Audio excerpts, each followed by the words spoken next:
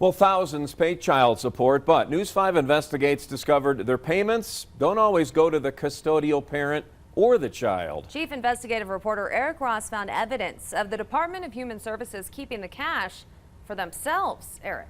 Robin Elizabeth, that's right. Our 2-month-long investigation found money that's supposed to support children going right back into the state's pocketbook.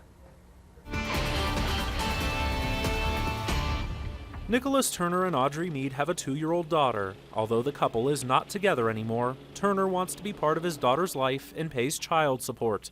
Money he expects to go to his ex. Money's going missing and isn't paying it. Turner noticed not all of the money he was paying ended up in Mead's account. Court documents show he is supposed to pay $366 every month beginning in May 2017. He admits he missed a payment in May, but tried to make the situation right the following month. Accounting ledgers show Turner sent Mead a total of $766 through the online child support payment system, yet the state only deposited $366 into Mead's account. No one can tell me where the money is going. Between June 1st and the end of October, Turner paid a total of $1,935 in child support, but News 5 Investigates learned his ex only received $1,386. So where did the remaining $549 end up? We spent weeks attempting to follow the money trail, and while the Department of Human Services would not tell us specifically where it was deposited, they did tell us they kept it. Their reason, Miss Mead also receives food assistance from the state, which means she allegedly waived her right to collect past due child support. In cases like this, the state doesn't charge interest or a penalty fee like most credit card companies would. Instead, the state keeps it.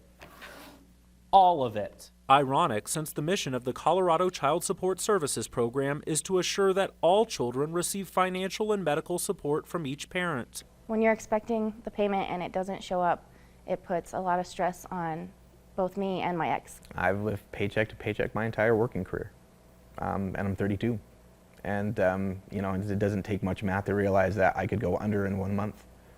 And that money, I worked very hard for it.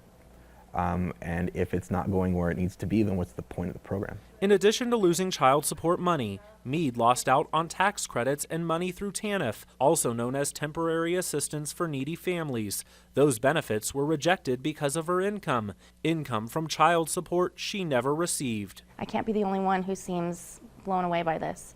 There's probably people out there that are not amicable with their exes and don't talk and just think that their ex is not paying the child support.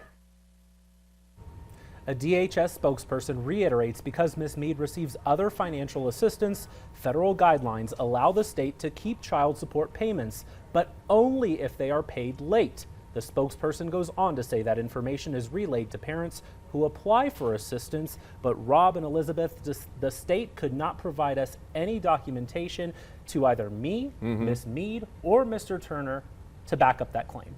Wow, and you did a Facebook Live on this, and people are fired up about this. Do we know how much the state has kept from these payments over the years? We have no clue. In fact, Mr. Turner filed an open records request asking the state to disclose where his $549 was deposited.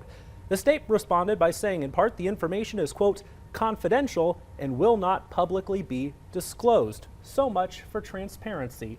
But we're just getting started. More to come on this. And for his own money, for crying out loud. Yeah. He doesn't even know where his money went. They won't tell him. I know. It's ridiculous. infuriating, and a lot of people sounding off on Facebook about this. Thanks, Eric.